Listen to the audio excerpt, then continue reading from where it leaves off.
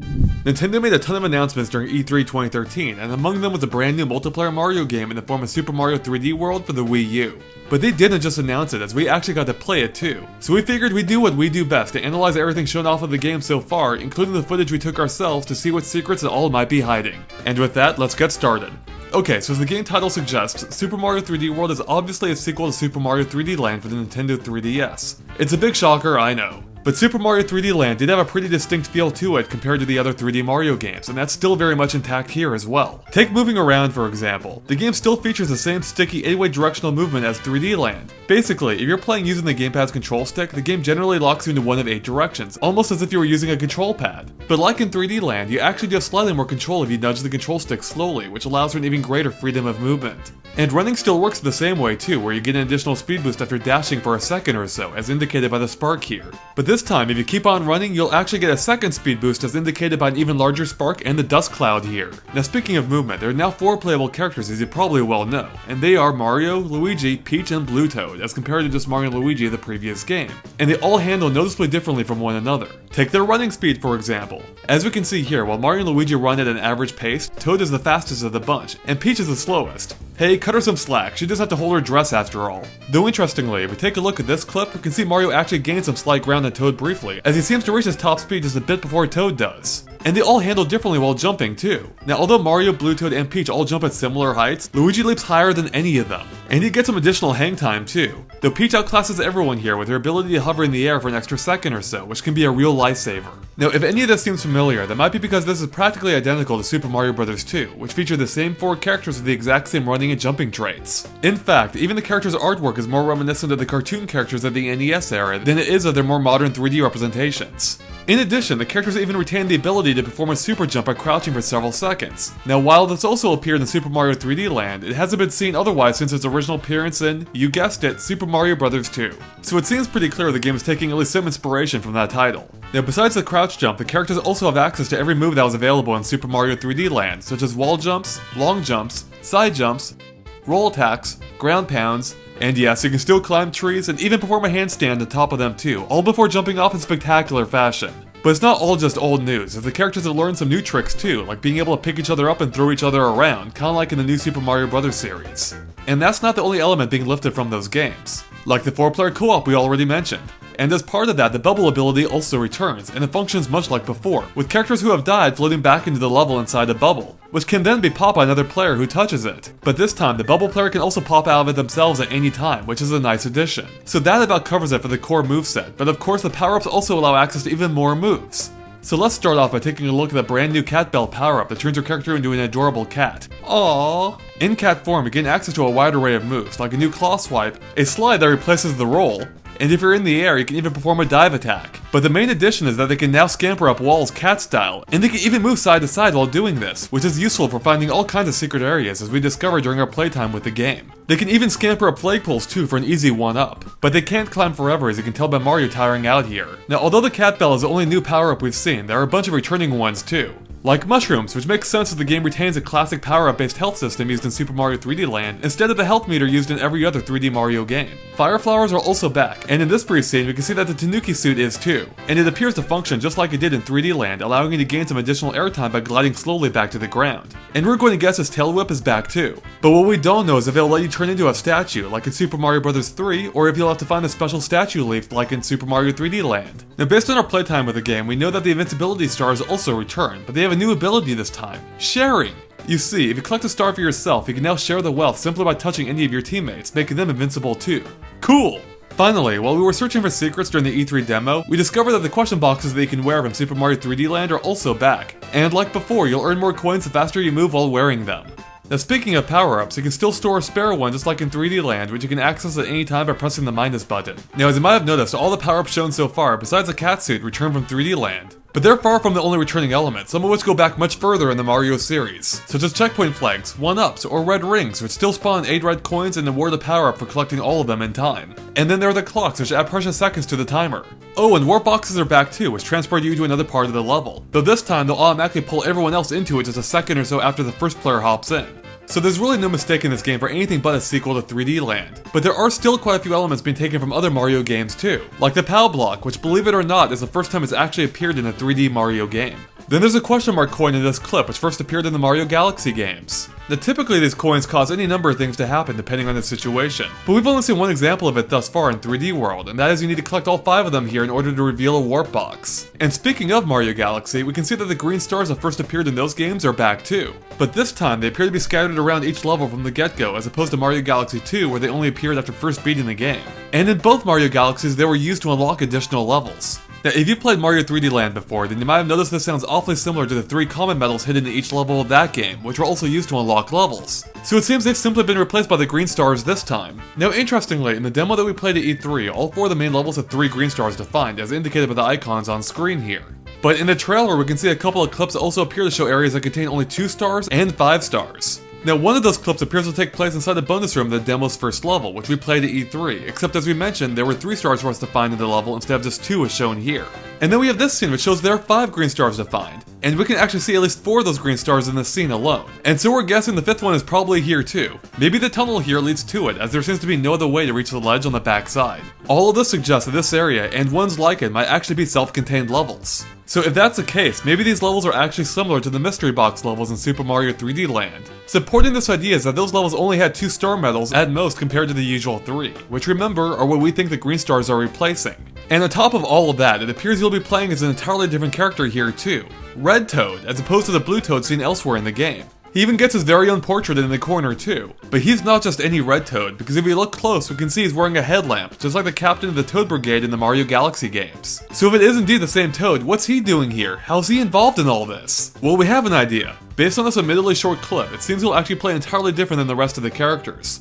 For instance, he doesn't run or jump throughout the entire scene, and it seems like he may not need to, as all 5 of the stars appear to be reachable simply by using the ramps and various platforms. Though that is assuming that the one in the corner here will travel upward once Toad steps onto it. So it seems these levels may actually have a slower, more deliberate pace to them, perhaps being more puzzle focused and figuring out how to actually get around and collect the stars, which could be why camera control seems to factor in so heavily here. And in that respect, these levels might actually be a little similar to the 3D challenge rooms in Super Mario 3D Land. They even have a similar grid-like appearance. Now we couldn't help but notice that we only see one character here. Is this a single player only challenge? If not, who will the other players play as? Maybe that's where the other members of the Toad Brigade come in. So between the Red Toad and the other 4 characters, it seems there are a lot of returning good guys here. But what about the bad guys? In typical Mario fashion, there are a lot of returning baddies here, such as Piranha Plants, Sting Bees, Fuzzies, Bitty Buds, Boos, Goombas in both original form that only take 1 hit, as well as their Super Mario World form that takes 2. Then we have Bullet Bills, Bonsai Bills, Fire Brothers, Spikes, who now throw spiked logs instead of spiked balls, and Chargin' Chucks, who haven't been seen since Super Mario World. But this time you can knock their helmet off, which might suggest they'll take 2 hits instead of Mario World's 3. Oh yeah, and he sure doesn't look happy when you do that too, so maybe he'll grow even fiercer when that happens, sort of like when you knock the flower off Wiggler's head. And of course there are a lot of new enemies too, like these odd looking fish, mice, and spiked mice. Caterpillar-like enemies, and a snowman that looks strangely like a Pokey. So it seems there'll be a good mix of both new and old, and that's only based on the few levels we've seen so far. And speaking of which, let's take a look at those levels, starting with the 5 we played in the E3 demo. The first one we tried was 2-1, which bears a suspicious resemblance to the very first level of Super Mario 3D Land, right down to the multicolored blocks scattered around the course, as well as the white birds that fly away when you get close. Because of this, and the fact that it feels very much like a tutorial type level, it's odd that's not the first level of the game this time around, but is instead the first level of the second world. Weird. Now the level itself is split into 2 outdoor sections that are joined together by a brief underground area where you'll find the bonus room we've talked about before. And this level also places a heavy focus on the Cat Bell power-up, which is found throughout the level. And surely you noticed the rolling hills from the new Super Mario Bros. Series. Then we have World 1-5, where everyone catches a ride on a large Yoshi-like sea creature for most of the level. Now in order to control this creature, you all need to work together as a team to lean in the proper direction using the control pad. And the more people that lean together causes the sea creature to turn faster. Now because this is such a unique mechanic, we'd be very surprised if it doesn't appear elsewhere in the game. Especially when you consider this was the case for the similar manta ray sequences in Mario Galaxy 1 and the bird riding sequence in Mario Galaxy 2. Both games of which were made by the same development team at EAD Tokyo. Next up we have World 4-2, which takes place high above the clouds and places an emphasis on another of the game's brand new gameplay mechanics, the clear pipes. Now although you are propelled through them automatically, you can actually choose which direction you take at each intersection, which is important for dodging enemies traveling through them, as well as for choosing which end of the pipe to exit out of. In addition, you can even use the pipes offensively by launching fireballs into them. Oh, and there's a freaking slide later in the level. After that, with World 6-3, where you'll ascend some tall structures using platforms that look like clouds, spring platforms that also appear in Mario and Luigi Dream Team, as well as a new conveyor belt wall that allows your cat characters to climb super high. Oh, and you have to dodge bullet bills for much of the level, too. The final level in the demo is World 4's boss battle, and it appears to take place during a castle's carnival. And the snake-like boss you'll be battling here appears to be the king, at least based on the crown he's wearing, which also marks his weak spot. But you'll have to use his plate-wearing henchmen as platforms to reach it. But there's something a little bit different about this battle. In virtually every Mario game to date, the boss fight came at the end of an ordinary level. But this time, the boss battle is basically the entire level, with only short platforming sequences bookending the fight. Adding to this is the fact that there appears to be no hidden green stars in this level either, as their icons are missing from the HUD. So all of this suggests that the bosses may actually be their own self-contained levels this time around, which would be an interesting change. Of course, it is possible it was only set up this way just for the demo. Okay, and that about covers it for the 5 levels playable at E3, but the trailer for the game actually reveals several more. Such as the ghost house here, which appears to take place on a dark and stormy night, as we can see rain through the window and lightning flashes that light up the entire room. And if you freeze the clip at the very end, we can see some pictures of Boo hanging on the wall upstairs. But are they just there for decoration, or is it possible Boos might actually come out of them like in Mario 64?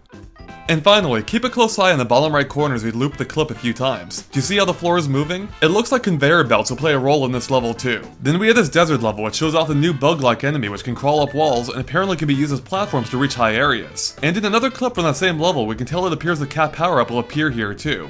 Another clip from the trailer shows off at first what appears to be another desert level, but upon closer inspection it seems to be more of a dessert level, at least with the multi-layered structures and the cookie looking thing here are any indication. Now we can also see that the flipping red and blue platforms in Super Mario 3D Land play a large role here too. Now in that game they flipped every time you jumped at the exact moment that you jumped. But this time there seems to be a slight delay as a platform appears to flip exactly 5 frames after the first person jumps following a flip, which still isn't much time but might make it a little easier to maneuver them with 4 players. And if we look in the background, we can see what appears to be a pit of quicksand. Another part of the trailer shows off a snow level that features snowballs you can not only pick up, but even pass to each other before throwing them to take out enemies. Now it could just be a matter of perspective, but it looks like the snowball the characters are carrying here is bigger than the ones in the background. Is it possible you'll be able to roll them around to make them bigger, like in Super Mario Galaxy 2? And check this out, Mario can apparently perform a rather fancy move when leaping from the ice, just like he could while ice skating in the Galaxy games. And speaking of ice skating, in a clip from what might be an entirely different snow world, Mario and friends can ice skate here too, by literally riding inside an ice skate. And it looks like Goombas can too! Now, if this seems at all familiar, it's because it's remarkably similar to the Goomba shoe item from Mario 3, which is a neat callback. Next up is what appears to be a ruins type area, where you'll battle the charging chucks and spike enemies we noted before. Then we have what appears to be an underground level where you'll have to keep moving to avoid being touched by the flood of fuzzy enemies. And of course there's a requisite lava level where you can see Mario and Peach literally fighting fire with fire to protect themselves from the Fire Brothers' fireballs. And unsurprisingly, it seems fire bars will play a pretty big role here too. Finally, there's this clip which shows off a 3D Land styled bonus area they can reach via warp boxes found throughout the levels. Only this time you'll encounter speed paths to give you a huge speed boost as well. Okay, so that about covers it for the levels themselves, but what about the game's structure in general? Based on the demo, we know there are at least 6 worlds since one of them took place in level 6-3, which is really no surprise as Super Mario 3D Land had 8 main worlds, though that number jumped to 16 if you count the additional 8 that were unlocked after beating the game. And so we wouldn't be terribly surprised if something like that is the case here too, especially considering just how easy a World 6-3 was for one that supposedly comes late into the game. Now typically, we would take a stab at what each world's theme might be based on what we've seen so far. But if the game sticks as close to 3D Land as we think it does, then there probably won't be any overall world themes, as each world in 3D Land featured a mixture of different themes. So that might be the case here too. Alright, we're almost done here, but as usual, there's still just a few final details left. For one, there's the gamepad, which now allows you to interact with the world directly simply by tapping on objects on the touchscreen just like in New Super Mario Bros. U. Not only can you freeze enemies and obstacles like the rolling hills, but you can collect coins and even reveal invisible objects in the environment too. And speaking of invisible objects, the other players can get hints as to where they're at too, simply by ground pounding, which makes any nearby ones shimmer briefly. Also, based on this clip, it looks like you might be able to perform a more powerful ground pound by performing it in unison with a teammate, as it activates all the floor tiles here. Then there are the small graphical touches throughout the game. Like, did you notice the cloud shadows rolling across several of the levels? And then there's a nifty lens flare effect in the top left corner here. And speaking of small details, the game may actually have even more in common with Super Mario Bros. 2 than we first thought. Like the fact that the main playable Toad here has blue spots, just like his in-game sprite did in Mario 2. Now this is interesting because his spots were changed to red for the Super Nintendo and Game Boy Advance remakes, which also matches up with how Toad is most often portrayed. So it seems the developers may be using the super old school version of the game as reference. And speaking of old school, let's take a look at that dessert desert clip again. See those onion domes in the background? It looks like at least some levels have an Arabian theme. And that's interesting because, as you may already know, Super Mario Bros. 2 is actually a reskin of a Japanese-only game called Doki Doki Panic, which featured an even more prominent Arabian theme. And you can even see Wart descending from a similar-looking palace capped with the onion domes on the box art. So this may be yet another subtle throwback. Now let's take a look at that World 1-5 clip again. Did you notice a small flying creature next to the sea serpent? It looks strikingly similar to the inhabitants of Subcon that you liberated at the end of Mario 2. And that would be a pretty big deal since they haven't been seen again since. So if they are indeed the same creature, could it have even greater implications for the story? After all, they were just part of Mario's dream in the original game. Could this possibly mean that Wart might be involved on some level too? Well, as much as we wish that were the case, it seems that Bowser will again be the main villain. Because if we take a look at the World 4 boss battle, we can actually see Bowser's head located just above the trolley you ride down to the boss. But what's his endgame? I mean, what is he after? After all, if we're able to play as Princess Peach this time around, that means he couldn't have kidnapped her again. It seems that the story for this game might actually be pretty different after all. And with that, we're done covering everything we could dig up on Super Mario 3D World. As usual, let us know if we missed anything by posting in the comments. If you liked our analysis, please make sure to like us on Facebook or follow us on Twitter at GameXplain. There are even super easy to click links in the description below. Thanks for watching, and make sure to keep an eye on GameXplain.com for more on Super Mario 3D World and other things gaming too.